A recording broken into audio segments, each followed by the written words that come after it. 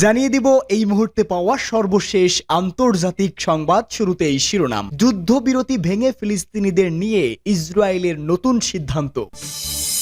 এদিকে আকাশ প্রতিরক্ষা ব্যবস্থা ফাঁকি দিয়ে ইসরায়েলের ভূখণ্ডে ভয়াবহ রকেট হামলা।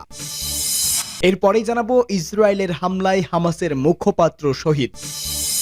এদিকে কেউ ইসরায়েলের সঙ্গেই সম্পর্ক চায় না, লেবাননের প্রধানমন্ত্রীর মন্তব্য। এবং সর্বশেষ জানাবো বিপদে এরদোয়ান, বার্তা পাঠালো ইরান। শুনছিলেন সংবাদ শিরোনাম, এবারে বিস্তারিত। যুদ্ধবিরতি ভেঙে ফিলিস্তিনিদের নিয়ে ইসরায়েলের নতুন সিদ্ধান্ত। ফিলিস্তিনের অবরুদ্ধ গাজা উপত্যকায় যুদ্ধবিরতি চুক্তি লঙ্ঘন করে ইসরায়েলের ভয়ানক হামলা অব্যাহত রয়েছে। এর মধ্যে গাজা নিয়ে একটি নতুন এবং বিতর্কিত পরিকল্পনা নিয়ে আলোচনা শুরু করেছে ইসরায়েল। এই পরিকল্পনা মূলত গাজাকে পুনরায় দখল ও শাসন করার লক্ষ্য নিয়ে তৈরি করা হয়েছে এবং এটি ইসরায়েলের কঠোর ডানপন্থী সরকার দ্বারা পরিচালিত হচ্ছে। এমনকি মার্কিন প্রেসিডেন্ট ডোনাল্ড ট্রাম্পের প্রশাসনও এই পরিকল্পনার প্রতি সমর্থন প্রকাশ করেছে। বার্তা সংস্থা রয়টার্সের এক প্রতিবেদন থেকে গাজা নিয়ে ইসরায়েলের নতুন পরিকল্পনা সম্পর্কে বিস্তারিত তথ্য পাওয়া যায়। এছাড়াও দ্য ফিনান্সিয়াল টাইমস এবং অন্যান্য আন্তর্জাতিক সংবাদ মাধ্যমের প্রতিবেদন অনুযায়ী ট্রাম্পের হোয়াইট হাউসে ফিরে আসার পর ইসরায়েলি সেনারা গাজা পুনর্দখল ও শাসনের পদক্ষেপগুলো এখন একটি সম্ভাব্য পরিকল্পনার অংশ হিসাবে পর্যালোচনা করা হচ্ছে। নাম প্রকাশে অনিচ্ছুক এক ইসরায়েলি কর্মকর্তার উদ্ধৃত দিয়ে প্রতিবেদনে বলা হয়েছে, আগের প্রশাসন চেয়েছিল আমরা যুদ্ধ শেষ করি, তবে ট্রাম্প চান আমরা যুদ্ধে জয়ী হই। এর মাধ্যমে ইসরায়েলের শাসক গোষ্ঠীর দৃঢ় ইচ্ছা প্রকাশিত হয় যে তারা গাজার উপর পূর্ণ নিয়ন্ত্রণ প্রতিষ্ঠা করতে চায়। নতুন পরিকল্পনা অনুযায়ী গাজার 23 লাখ বাসিন্দাকে আল মাওয়াসি নামে একটি ছোট্ট উপকূলীয় অঞ্চলে স্থানান্তর করার কথা বলা হচ্ছে। এই অঞ্চলটি বর্তমানে ইসরায়েলি প্রশাসন মানবিক অঞ্চল হিসাবে বর্ণনা করছে, তবে এই পরিকল্পনার বাস্তবায়ন নিয়ে বিশেষজ্ঞদের মধ্যে বিরোধ রয়েছে। সামরিক বিশ্লেষকরা জানাচ্ছেন এই পরিকল্পনা কার্যত করতে প্রায় 40,000 সেনা মোতায়েন করা হতে পারে, যা 4 সেনা ডিভিশনের সমান। এই সেনাবাহিনী গাজার স্থায়ী শাসন পরিচালনা করবে, তবে এই পরিকল্পনার কার্যকারিতা সম্পর্কে সন্দেহ প্রকাশ করেছেন অনেক সামরিক বিশ্লেষক। তারা মনে করছে এতে বড় একটি এলাকা পুনর্দখল ও শাসন করা অনেক জটিল হতে পারে, বিশেষ করে যখন গাজার বাসিন্দাদের প্রতি অত্যাচার এবং দমন পীড়ন শঙ্কা রয়েছে। এদিকে টাইমস অফ ইসরায়েল জানিয়েছে যে ইসরায়েলের কৌশলগত বিষয়াদি সম্পর্কিত মন্ত্রী রন ডেরমার চলতি সপ্তাহে যুক্তরাষ্ট্র সফর করবেন। ওই সফরের সময় তিনি মার্কিন কর্মকর্তাদের সঙ্গে গাজা উপত্যকার দখল নেওয়ার বিষয়টি নিয়ে আলোচনা করবেন। এক্ষেত্রে ইসরায়েলি মন্ত্রীদের লক্ষ্য হচ্ছে মার্কিন প্রশাসনের সমর্থন অর্জন করা, যাতে গাজার বাসিন্দাদের উপর নিয়ন্ত্রণ প্রতিষ্ঠা সহজ হয়। নতুন পরিকল্পনা অনুযায়ী বর্তমানে যেভাবে ত্রাণ গাজার জনগণের কাছে পৌঁছাচ্ছে সেটি আরো সরবরাহ করা হবে। পরিবর্তে গাজার ফিলিস্তিনিদের ত্রাণ সরবরাহ করবে ইসরায়েলের সামরিক বাহিনী আইডিএফ। এর ফলে গাজার বাসিন্দাদের জীবনযাত্রা আরো কঠিন হতে পারে, কারণ তারা ইসরায়েলি বাহিনীর নীতি অনুযায়ী ত্রাণ পাওয়ার জন্য নির্ভরশীল হতে হবে। আকাশ প্রতিরক্ষা ব্যবস্থা ফাঁকি দিয়ে ইসরায়েলে রকেট হামলা। ফিলিস্তিনের অবরুদ্ধ গাজা উপত্যকা থেকে ইসরায়েলে রকেট হামলা চালানো হয়েছে। এই হামলার তথ্য জানানো হয় কাতার ভিত্তিক সংবাদ মাধ্যম আল জাজিরার এক প্রতিবেদনে। এ তথ্য জানানো হয়েছে। ইসরায়েলি সামরিক বাহিনী দাবি করেছে মধ্য গাজা থেকে উৎক্ষেপণ করা একটি ক্ষেপণাস্ত্র তারা গুলি করে ভূপাতিত করতে সক্ষম হয়েছে। ইসরায়েলি আকাশসীমায় 2টি ক্ষেপণাস্ত্র প্রবেশের কথা নিশ্চিত করে দেশটির সেনা কর্মকর্তা।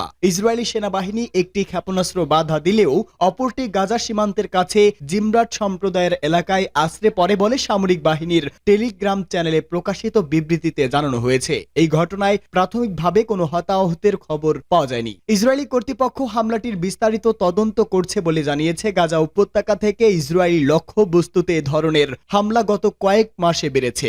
স্থানীয় সময় দুপুর 12টার দিকে এই ঘটনা ঘটে। ইসরায়েলি প্রতিরক্ষা বাহিনী তাদের বিমান প্রতিরক্ষা ব্যবস্থার মাধ্যমে একটি ক্ষেপণাস্ত্র শনাক্ত করে তা ধ্বংস করে, তবে দ্বিতীয়টির গতিপথ ঠেকানো সম্ভব হয়নি। গাজা সীমান্তবর্তী জিমরাট এলাকার বাসিন্দাদের নিরাপদে আশ্রয় কেন্দ্রে সরিয়ে নেওয়া হয়েছে বলেও স্থানীয় মিডিয়ায় খবরে প্রকাশিত হয়েছে। ইসরায়েলি কর্তৃপক্ষ গাজা থেকে নিক্ষেপিত যে কোনো অস্ত্রের বিরুদ্ধে কঠোর প্রতিক্রিয়ার হুঁশিয়ারি দিয়ে আসছে। গত কয়েক সপ্তাহে এই অঞ্চলে উত্তেজনা বেড়েছে। ইসরায়েলের হামলায় হামাসের মুখপাত্র নিহত।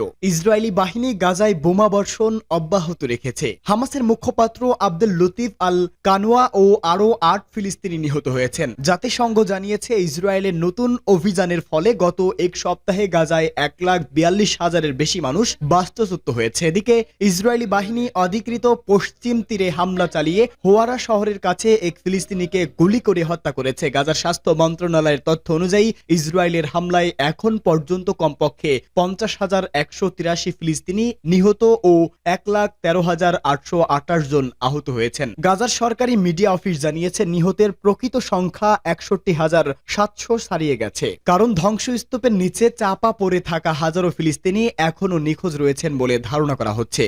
কেউই ইসরায়েলের সঙ্গে সম্পর্ক চায় না, লেবাননের প্রধানমন্ত্রীর মন্তব্য।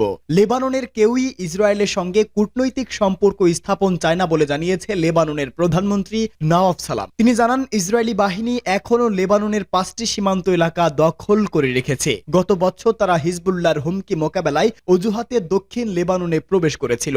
নভেম্বরে হওয়া যুদ্ধবিরতি চুক্তি অনুযায়ী ইসরায়েলি বাহিনীকে ২৬ জানুয়ারির মধ্যে দক্ষিণ লেবানন থেকে সরে যাওয়ার কথা ছিল, তবে তারা এখন দখলকৃত এলাকাগুলো ধরে রেখেছে। সালাম বলেছেন, এসব এলাকার কোনো সামরিক বা নিরাপত্তাগত গুরুত্ব নেই, বরং এটি ইসরায়েলের লেবাননের উপর চাপ বজায় রাখার কৌশল। তিনি আরো বলেন, যুদ্ধবিরতি চুক্তি সত্ত্বেও ইসরায়েল দক্ষিণ লেবাননে বারবার হামলা চালাচ্ছে।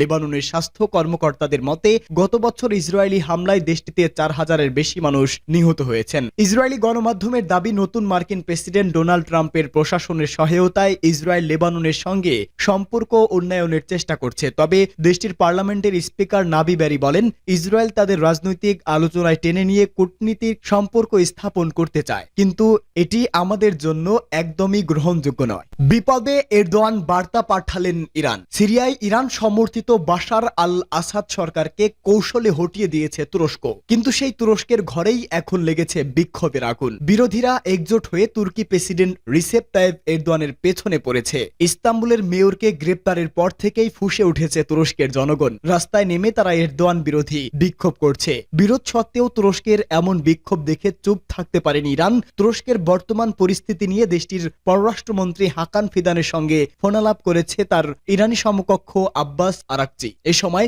মেয়রকে গ্রেপ্তার ও এর ধারাবাহিকতায় যা ঘটছে সেটিকে তুরস্কের অভ্যন্তরীণ বিষয় বলে বর্ণনা করেছেন ইরানের পররাষ্ট্রমন্ত্রী। উত্তাল এই সমুদ্র তুরস্ক একাই পাড়ি দিতে পারবেন বলেও জানিয়েছে আরাকচি। উভয় কূটনীতিক তুরস্কের বিক্ষোভের বাইরে গাজা, লেবানন ও সিরিয়া ইস্যু নিয়ে কথা বলেছেন। তাদের ফোনালাপে ইয়েমেনে মার্কিন হামলার বিষয়টিও উঠে আসে। এই অঞ্চলে শান্তি বাড়াতে সহযোগিতা বাড়ানোর ব্যাপারে জোর আরোপ করেন ফিদান ও আরাকচি। আঞ্চলিক রাজনীতিতে তুরস্ক ও ইরানের মধ্যে দূরত্ব অনেক। বিভিন্ন ইস্যুতে দুই দেশের মধ্যে মতভেদ রয়েছে। বিশেষ করে গেল ডিসেম্বরে সিরিয়ায় ইরানকে রীতিমতো নাস্তানাবুদ করে তুরস্ক।